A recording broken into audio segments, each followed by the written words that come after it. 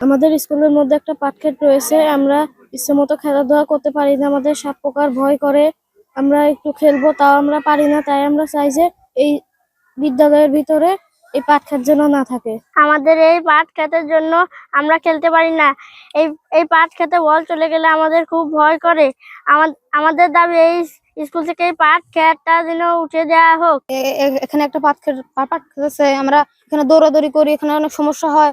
তার জন্য আমাদের ম্যামরা বলে তোমরা এখানে যাবা না। আমাদের স্কুলে যখন বাউন্ডারি কাজ শুরু হয় তখন স্থানীয় জনগণ এবং এমপি মহোদয় মিলে মানে এই যে মালিক পাট ক্ষেতের মালিক হলো অন্য, আমাদের স্কুল না, মানে অন্য একজন মালিক। কিন্তু আমাদের এই যে বাউন্ডারি সোজা করার কারণে স্কুলের সৌন্দর্য বৃদ্ধির জন্য ওই বাউন্ডারির ভিতরে ঢুকাই দেয় এমপি মহোদয়, মানে সাবেক এমপি মহোদয় মানে কথা বলছিল যে আমি ব্যবস্থা করি আপনাদের এটা কিছু করবো। কিন্তু তারপরে 5ই আগস্টের কারণে তো আর পথ পরিবর্তন হয়েছে, তার কারণে এমপি আর কিছু করতে পারেনি। এখন ওনারা অনেক মানে প্রথম থেকেই ওনাদের জমি ওনারাই চাষ করে আবার করে। এটি হয়তো সম্ভবত হতে পারে, কিন্তু আমার জানা নেই, মানে আমার নলেজে নেই। এটা আমরা বাধা দেন, এটা আমাদের জমি না। আর এটা তো আমাদের স্কুল বাউন্ডারি হওয়ার আগে থেকে ওরা চাষ করে সেভাবে গতানুগতিক ভাবে ওরা চাষ করিয়ে আসতেছে। মানে আমাদের বাউন্ডারিটা আনিনি, আমাদের মানে দখলে আমরা আনিনি, স্কুলের দখলে আমরা আনিনি। অন্যের জমি জোর করে আমাদের দখলে আনা তো সম্ভব না, সব আনতেও যাইনি আমরা। পাট বঞ্চে তো আমরা নিষেধ করিনি। এখন আমাদের বাচ্চাদের ওইখানে আমরা যেতে দেইনি, যার পরে সম্পদ নষ্ট করবো। সমস্যা ফিল তো আমরা করতেছি, মানে আমাদের বাচ্চারা ওইখানে যেতে দেয়নি। সমস্যা একটু হয় আমাদের জমিটা স্কুলের বাউন্ডারির মধ্যে যেহেতু ঢুকানো হয়েছে, আমাদের স্কুলের জমিটা যদি নিয়ে নিতে পারে যেভাবেই হোক, আমাদের কর্তৃপক্ষই হোক আর এমপি মহোদয় হোক, যেভাবে আমাদের স্কুলের যদি ওই জমিটা দিয়ে দেয়, দান করে দেয়, যেভাবেই হোক, তাহলে সুবিধা হয় স্কুলের। ওই জমিটা যেহেতু স্কুলের বাউন্ডারির ভিতর, স্কুলের নামে করে নেওয়ার সুবিধা বেশি, এটা আমার মন্তব্য। স্কুলের ওই জায়গা আমার হলো 25% জমি কিনা অনেক আগের। তো ওই জমিটা ওই স্কুলে একটা বাউন্ডারি পাস হয়েছে ওই সময়, মানে এমপি বা আমাদের উপজেলা চেয়ারম্যান ছিল টিটু চৌধুরী, ইউনিয়ন চেয়ারম্যান নীলুফা, এরা সবাই মিলে আমার জমিটা নেওয়ার জন্য আমার প্রথমে করে আমরা রাজি হই না যে না জমি দেব না। পরে বলে জমির পরিবর্তে কি চান আপনারা, এখন এটি তো আমাদের বাউন্ডারি করা লাগবে, এটি সোজা করে করলে সুন্দর হয়। এলাকার আরো লোকজন ছিল, সবাই মিলে ধরে আমরা তখন বললাম যে তাহলে এই জমির পরিবর্তে আমাদের জমি কিনে দেন। তখন ওনারাই কয়েকদিন পরে কয় না জমিতে কিনা সম্ভব হচ্ছে না, তাহলে তোমাদের পরিবার থেকে একজন ওই যে স্কুলে একটা দপ্তরে চাকরি দিয়ে দেয়, জমিটা দাও, তোমাদেরই ভালো হবে, মানে চাকরি টাকরি হলে। তা আমরা নিজেরা আবার একটু বসে সিদ্ধান্ত নিয়ে দেখলাম যা দেই, তাহলে সবারই ভালো হবে না, একটা দিছি। এখন তো আর চাকরিও দেয় না, মানে দিছি মানে আমরা স্বীকার করছি ওই রকমই বাউন্ডারি করে চলে গেছে। আমরা বাধা দিছিলাম বাউন্ডারি করার সময় যে চাকরিটা হোক তারপরে বাউন্ডারি করেন।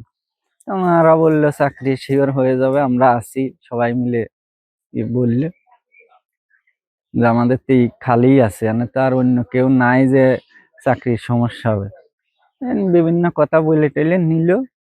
এখন তো বলছিল যে বাউন্ডারি করে যায়, তোমরা চাষ করেই খাও, চাষ করে খাইতে থাকো, তারপরে চাকরি হইলে ওই সময় আমরা রেজিস্ট্রিও করে নেব জমিটা, তখন হয়ে যাবে।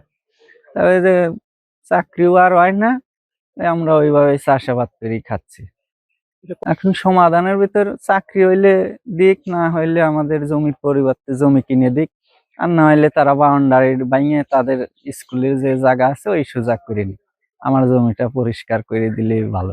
মানে ওই সময় আমার ছেলেটাও চাকরি করতে ঢাকায়, এরা বললো যে 15 দিন বা 1 মাসের ভিতরে চাকরি হয়ে যাবে। সেই জন্য আমি ছেলের সেই ঢাকাতে নিয়ে আসলাম যে তোর ঢাকা থাকা লাগবে না, এই জায়গায় চাকরি হইতেছে, চলে আয়। মানে ওর লাইফটাও এক ধরনের নষ্ট। হ্যাঁ, এটা তো ভালো দেখা যায় না, তার কারণে সৌন্দর্য নষ্ট হইতেছে, তার সাল বল খেলাধুলা একদিনে বাধাগ্রস্ত হয়, দেখা গেল সাপ পোয়াথায় এগুলো চলাফেরায় বাধাগ্রস্ত হয়, এগুলো তো সাল বল খেলবে পারে না। একটা জিনিস বল টল খেলবে গেলে পরে পাটের খাতে গেল ভেঙে ছিঁড়ে গেল। স্কুল কর্তৃপক্ষ যে বাউন্ডারি দিছে ক্যাম্পা দিলে এটা তার আমরা সঠিক জানি না, বুঝছেন। মানে এগার হাতে ক্যাম্পা চুক্তিবদ্ধ করছে জমিওয়ালার সাথে, আর এরা ক্যাম্পা কি করছে তার তো সব আমরা জানি না। এলাকাবাসীর চাওয়াটা ধরেন যে এখানে পাট ক্ষেতের ভিতরে না থাকলেই তো ভালো। মাঠে পা হাঁটবো না, ঠিক হয়নি। এটা তো খেলার মাঠ, বাচ্চারা খেলবি। এই খেলার ভিতরে যদি মাঠের ভিতরে যদি এইগুলি তো অসুন্দর দেখা যায়, এগুলি ঠিক না, এগুলি খুব খারাপ। আমরা চাই এই যে মাঠটা পরিষ্কার থাক, পোলাপান খেলাধুলা করুক, দড়ি করুক, এটি আমরা চাই। কালোখালী উপজেলার মুরারি সরকারি প্রাথমিক বিদ্যালয়ের 2023-24 অর্থ বছরে অথবা 22-23 অর্থ বছরে, আমার সঠিক জানা নেই, এই সময় সীমানা প্রাচীরের জন্য বরাদ্দ আসে। তো ওই সময় জমিটার, স্কুলের যে জমিটা, সেই জমিটার যদি সীমানা প্রাচীর করতে যায় তাহলে চারদিকে সমান হয় না। চারদিকে সমান করার জন্য স্থানীয় এলাকাবাসী, গ্রামবাসী, রাজনৈতিক নেতৃবৃন্দ, ইউনিয়ন পরিষদ চেয়ারম্যান, এমনকি রাজবাড়ী 2 আসনের মাননীয় সংসদ সদস্যের হস্তক্ষেপে তারা সিদ্ধান্ত নেয় যে জমিটা চারপাশে সমান করার জন্য যতটুকু জমি লাগে তারা জমির ব্যবস্থা করে দেবে। এটার উপর ভিত্তি করে জমির পাশের যে জমির মালিক তার সাথে কথা বলে সিদ্ধান্ত হয় যে তারা অর্থের বিনিময়ে জমি দিবে। এটা যখন সমঝোতা হয় তখন রাজনৈতিক হস্তক্ষেপে এবং প্রশাসনের সহায়তায় ওখানে সীমানা প্রাচীরের নির্মাণ কাজ শেষ হয়।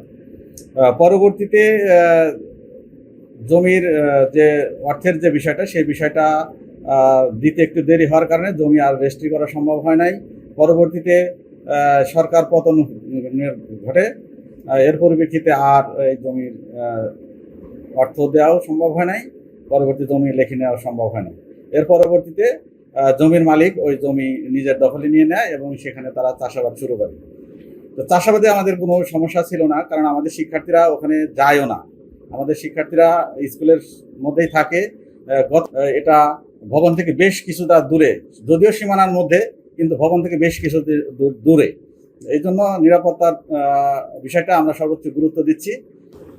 আমাদের সরকারি নির্দেশনা সরকারি জমির উপরেই সীমানা প্রাচীর হবে, যেহেতু ওখানে রাজনৈতিক একটা হস্তক্ষেপ ছিল এবং মাননীয় সংসদ সদস্য নিজে থেকে সীমানা প্রাচীরের কার্যক্রম সম্পন্ন করেছিলেন সাবেক সংসদ সদস্য।